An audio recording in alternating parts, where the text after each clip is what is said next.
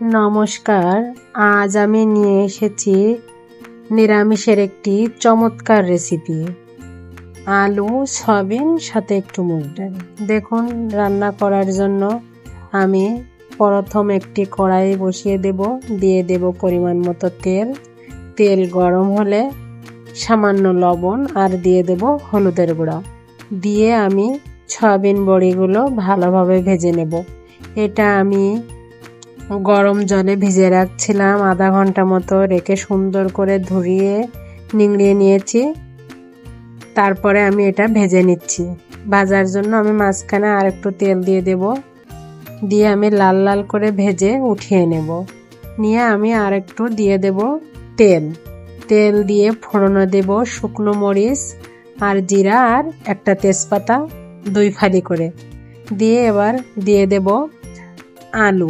আলুটা আমি টুকরো টুকরো করে রেখেছিলাম। আমি এখানে 4টা আলু নিয়েছি। আর সাথে দেব মুগ ডালটা দিলে আর একটু বেশি টেস্টি হয়, খেতেও অনেক মজা লাগে, এজন্য আমি একটু মুগ ডাল দিয়েছি। আপনারা চাইলে নাও দিতে পারেন। তারপরে আর একটু জল দিয়ে দেব, দিয়ে আমি একটু গুঁড়ো মশলা দেব। দিয়ে দিলাম পরিমাণ মতো লবণ, হলুদ আর শুকনো মরিচের গুঁড়া। সাথে দিয়েছিলাম 1 চামচ আদা বাটা। দিয়ে আমি মশলাগুলো ভালোভাবে কষিয়ে নেব। আমি একটু জল দিয়েছি যেন মশলাগুলো না লেগে যায়। মাঝখানে একটু ঢাকা দিয়ে রেখেছিলাম, ঢাকনাটা উঠিয়ে নিলাম। এবার আমি দিয়ে দিলাম সয়াবিন বড়ি দিয়ে আমি সব কিছু ভালোভাবে কষিয়ে নেব।